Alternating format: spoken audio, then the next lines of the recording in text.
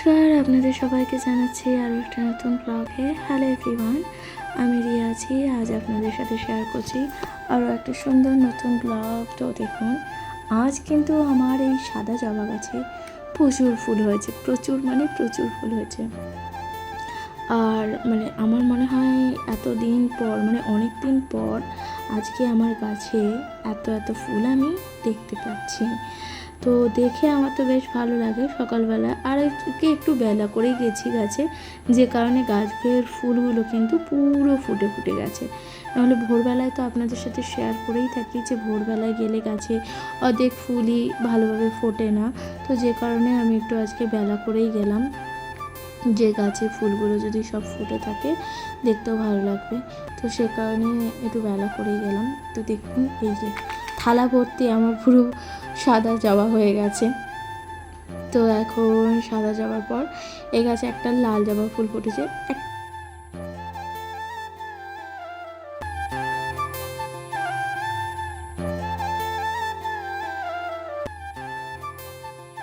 তো এই গাছে দেখুন, এই যে এতগুলো ফুল ফুটে গেছে। মোট এতগুলো আমার ফুল তোলা জাস্ট হয়ে গেছে।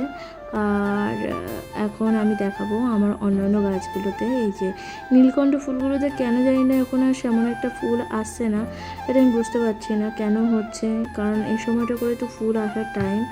আর এই যে দেখুন, এটা অরেঞ্জ কালারের ফুল। এটা অরেঞ্জ আর হলুদের একটা কম্বিনেশন থাকে না, যেটা ওই কালারের ফুল। জানি না আমি কালারটার নাম কি, আপনারা যদি জানেন অবশ্যই আমাকে কমেন্টে লিখে জানাবেন। আমি কালার বিষয়ে অতটা অবগত নই। তো এটা দেখুন, নেক্সট হচ্ছে এখানে একটা ছোট্ট মতন একটা লক্ষ্মী জবা ফুল ফুটেছে। ঠিক আছে, একটা ছোট্ট লক্ষ্মী জবা ফুল ফুটেছে। আর এখান থেকে আমি কিন্তু অ্যাডোনিয়াম ফুলগুলোও তুলে নিই। আর আমার এই অ্যাডোনিয়াম গাছটায় প্রচুর ফুল হয়। আর এই যে দেখুন, এটা হলো ঘিয়ে জবা ফুল, আর ঘিয়ে কালারের জবা হয়। আর এই গাছে একটা ডাল কাটিং করে জাস্ট বসানো হয়েছে।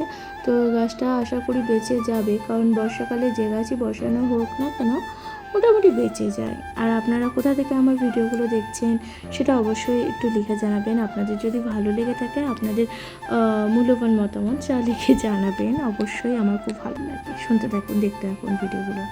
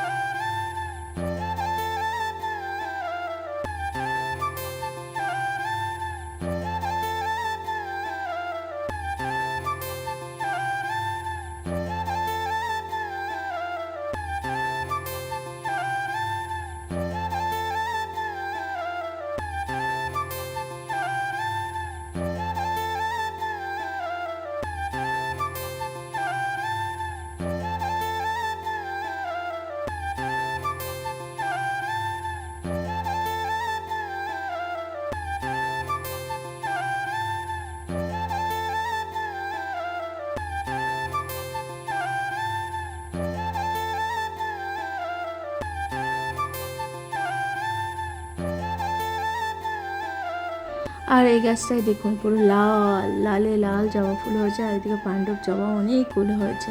তো এতগুলো জবা একসাথে দেখে আমি তো বেশ খুশি হয়ে গেলাম। তো লাল জবাই আমার অনেক হয়, অনেকই। দেখুন, একটা সময় আমার গাছে জবা ফুলই ফুটতো না, শুধু গাছে পাতা থাকতো। আর এখন শুধু জবা ফুল আর জবা ফুল। আমার সকালবেলা যখন আমি ছাদে আসি না, সত্যি কথা বলতে যতই খারাপ মন থাকুক না কেন, আমার এই গাছের ফুলগুলো দেখে আমার মনটা একদম ভালো হয়ে যায়। একদমই ভালো হয়ে যায়। আর আমি অনেকক্ষণ টাইম স্পেন্ড করি ছাদের ওপর। ভোরবেলা আসলে তো অনেক বেশি টাইম স্পেন্ড করি, বাট একটু বেলাতে যখন আসি তখন একটু তাড়াতাড়ি চলে যেতে হয়, কারণ রোদ এসে পড়ে, তো সে কারণে তো বেশিক্ষণ থাকা যায় না। আর এই পাণ্ডব জবাগুলো দেখুন, এক একটা যা বড় বড় হয় না। দেখুন, তিনটে জবা ফুলে আমার যে থালায় আমি ফুল তুলি, এই যে থালা পুরো ভর্তি হয়ে গেছে। এত সুন্দর লাগে না আমার এই ফুলগুলো, এই বড় বড় পাণ্ডব জবা। এগুলো কিন্তু দেশি পাণ্ডব জবা, হাইব্রিডের নয়। আর এই গাছে অনেক কটা লাল জবা আজকে ফুল ফুটেছে, এই যে দেখুন 4-5টার ওপরে আজকে ফুল ফুটেছে। আর আপনাদের কেমন লাগে আমার এই ফুল গাছের দেওয়া ভিডিওগুলো অবশ্যই একটু জানাবেন। আপনাদের মূল্যবান মতামত যা খুবই গুরুত্বপূর্ণ। দেখতে থাকুন ভিডিওগুলো।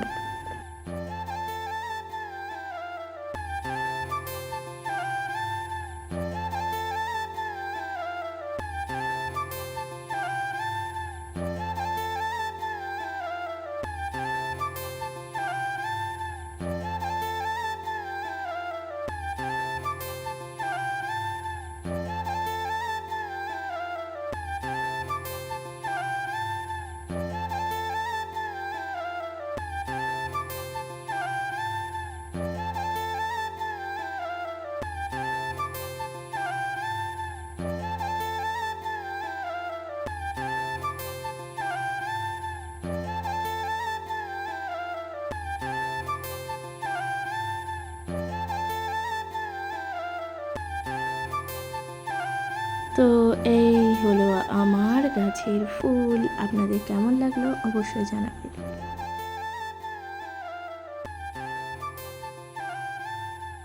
তো সকাল সকাল ছাদে গিয়েছিলাম, ছাদে গিয়ে তো ফুল তো তুললাম, আপনাদের সাথে দেখালাম। তারপর পুজো টুজো করে দেন রান্নাঘরে আসলাম। তো রান্নাঘরে আজকে এনেছিল অনেক কিছু। আজকে তো মুরগির মাংস এনেছিল, আর মাছের মাথা ছিল, আর একটু ইলিশ মাছ ছিল। কারণ আমি মাছের মাথা নিয়ে আসতে বলেছিলাম আমার হাজব্যান্ডকে। মাছের মাথা দিয়ে আজকে আমি বানাবো কচুরলতি, তো যে কারণেই আমি মাছের মাথা নিয়ে আসতে বলেছি। আর কচুরলতিগুলো আমি রান্না করার আগে না একটু সেদ্ধ করে নিই, কারণ সেদ্ধ করে একটু হালকা সেদ্ধ করে নিই, তাহলে তাড়াতাড়ি রান্নাটা হয়ে যায়। আর সবথেকে বড় ব্যাপার হচ্ছে কচুরলতিতে একটু হালকা হালকা যখন একটু কলা ধরে, অনেকেরই ধরে, অনেকের আবার ধরে না, সেটা মানে এক একজনের এক এক রকম ব্যাপার। তো আমার একটু একটু গলা চুলকায়, যে কারণে আমি একটু হালকা সেদ্ধ করে নিলে না তো কচুরলতিটা আর সেরকম গলা ধরে না। এই যে দেখুন মাছের মাথাগুলো এখন জাস্ট ভাজা ভাজা চলছে। ওকে, তো মাছের মাথাগুলো আমার কিন্তু এখানে মোটামুটি ভাজা কমপ্লিট বলতে হয়ে এসেছে।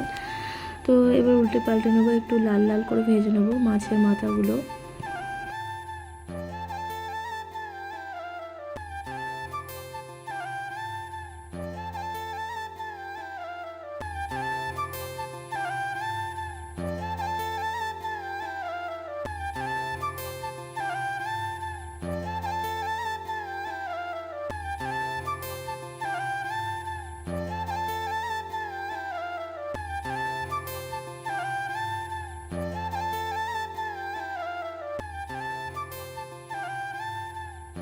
তো মাছের মাথাগুলো ভেজে নিয়ে এবার তুলে নিলাম, এই যে দেখুন। এরপর ওই তেলেই আমি একটু কালো জিরা দেবো, আর হচ্ছে গিয়ে দিলাম পেঁয়াজ আর রসুন দেবো, আর কাঁচা লঙ্কা। একদম ইজিভাবে রান্না করেছি, আর খেতে দুর্দান্ত স্বাদের লাগে, আমার তো বেশ ভালো লাগে। আপনারা অবশ্যই একটু ট্রাই করবেন, দেখবেন খুব ভালো লাগবে। আর কোথা থেকে দেখছেন সেটা অবশ্যই একটু লিখে জানাবেন। অবশ্যই ভালো লাগলে সাবস্ক্রাইব করে দিয়ে পাশে থাকবেন।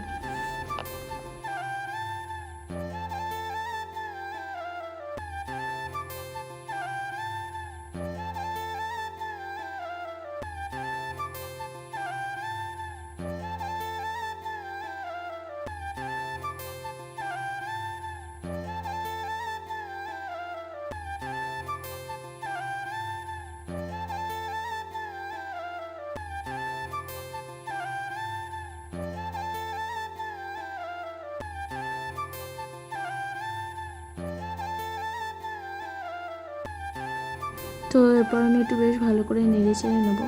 তো নাড়াচাড়া হয়ে গেলে আমি এখানে অ্যাড করব লবণ আর হলুদ। ঠিক, তো লবণ আর হলুদ একটা বেসিক মশলা, এটা তো জানেনই সবাই। মানে এই দুটো মশলা ছাড়া রান্না একদমই ইনকমপ্লিট, মানে কোনো দিনও সম্ভব নয়। তো এই লবণের একটা গল্প আছে, মানে লবণ ছাড়া যে কোনো রান্নাই একদম কিন্তু বেমানান বা বেস্বাদের, ঠিক আছে। কিন্তু লবণের দাম দেখুন একদমই কম। আর লবণটা কতটা গুরুত্বপূর্ণ, লবণ না পড়লে সেই রান্নাই কমপ্লিট হবে না। মানে সেই রান্নার যে যতই মশলা আপনারা দিন না কেন, যতই মশলা আমরা ইউজ করি না কেন, কিন্তু তোমার কি বলবো, মানে লবণ যার দাম খুবই কম, কিন্তু সেটা না দিলে একদমই মানে রান্নাটা জাস্ট ইনকমপ্লিট, মানে স্বাদই আসবে না। ঠিক তেমনি আমাদের জীবনটাও এরকম, মানে কিছু কিছু আমাদের জীবনে এমন কিছু কিছু মুভমেন্ট থাকে, বা এমন কিছু কিছু মানুষ থাকে যারা দেখতে গেলে খুব সাধারণ বা তেমন কিছু নয়, কিন্তু তারা আমাদের জীবনে না থাকলে তো জীবনটা কিন্তু ইনকমপ্লিট, মানে জীবনটা পরিপূর্ণ নয়, ঠিক আছে। তো আমি আজকে একটু বেশি বলেও ফেললাম কথা, যাই হোক। তো এই যে দেখুন, আমি এখন কচুর লতির মধ্যে অ্যাড করে ফেলেছিলাম ভাজা মাছের মাথাগুলো।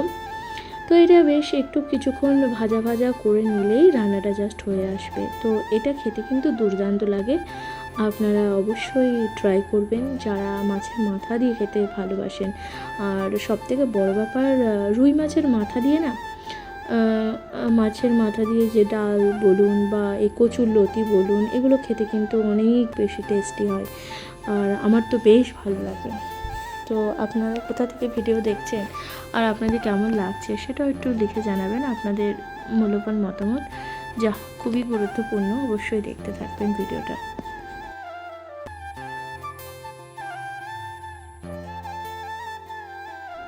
তো আমার ফাইনালি এই যে কচুরলতি রান্নাটা জাস্ট কমপ্লিট হয়ে গেছে। তো এটা আমি নামিয়ে নেব, আর এই যে নামিয়ে নেওয়া হয়ে গেল। তো এরপর আমি রান্না করব হচ্ছে আরেকটা রান্না করব। তো এখানে আমি রান্না করছি আজকে কিন্তু চিকেন, ঠিক আছে। তো দেখাচ্ছি, তার আগে আপনাদেরকে একটু কচুরলতিটা কেমন হয়েছে দেখতে, দেখুন এরকম ঠিক। তো কেমন হয়েছে অবশ্যই একটু জানাবেন, অবশ্যই বাড়িতে একবার ট্রাই করবেন, একদম দারুণ লাগে খেতে। তো হ্যালো এভরিওয়ান, এই যে দেখো এরপর আমি রান্না করব হচ্ছে কি একটু মাংস করব, চিকেন যেটা নিয়ে এসেছিলো। চিকেনটা একদম নর্মালভাবেই রান্না করি আমি, সেমন একটা মানে হাইফাইভাবে নয়, যেরকমভাবে সবাই রান্না করে সেরকমভাবে। তো এখানে আমি আলুগুলো ভেজে নিই প্রতিদিনের মতন। এই যে আলুগুলো ভেজে তুলে নেব। আলুগুলো ভাজলে কী হয় বলুন তো, একটু টেস্টটা ভালো লাগে, এই আর কি, আর এমন কিছু নয়। আলুগুলো ভাজলে মানে রান্নার যে টেস্টটা অনেক বেশি বেড়ে যায়। আর মুরগির মাংস আলু একটু কম দিলে রান্নাটা অনেক বেশি টেস্ট হয়, কিন্তু আমাদের ঘরে তো আলু ছাড়া একদমই খাওয়া হবে না, কারণ আলুটা তো লাগবেই লাগবে। আলুটা খুব গুরুত্বপূর্ণ আমাদের বাড়িতে, মানে আমাদের ঘরের জন্য। আমার মেয়ে প্রচণ্ড ভালোবাসে এই মাংসের আলু খেতে, ইনফ্যাক্ট আমিও। তো দেখুন এই রান্নাটা জাস্ট আলুগুলো ভেজে আমার তুলে নেওয়া হয়েছে। তো ওই তেলে আমি দিয়ে দেবো এখন পেঁয়াজ দিয়ে দেবো। পেঁয়াজটা দিয়ে আমি এখন কিন্তু একটু বেশ নেড়ে চেড়ে নেবো একটু হালকা।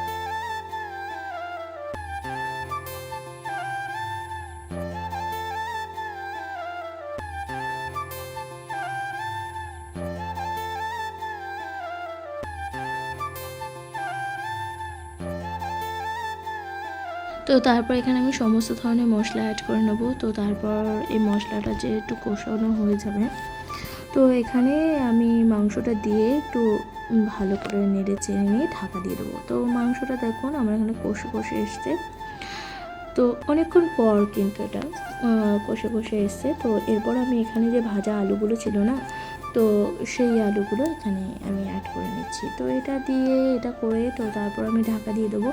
তো আমার রান্নাটা মোটামুটি হয়ে এসেছে। তো আজকের মতন এখানেই আপনাদের সাথে ব্লগটা এতদূর অবধি আমি শেয়ার করলাম। আই হোপ আপনাদের ব্লগটা ভালো লাগলো। আপনারা কোথা থেকে দেখছেন সেটা একটু লিখে জানাবেন প্লিজ। যদি ভালো লেগে থাকে তাহলে সাবস্ক্রাইব করে দেবেন, আর নিজেদের মতন হলে অবশ্যই পাশে থাকবেন।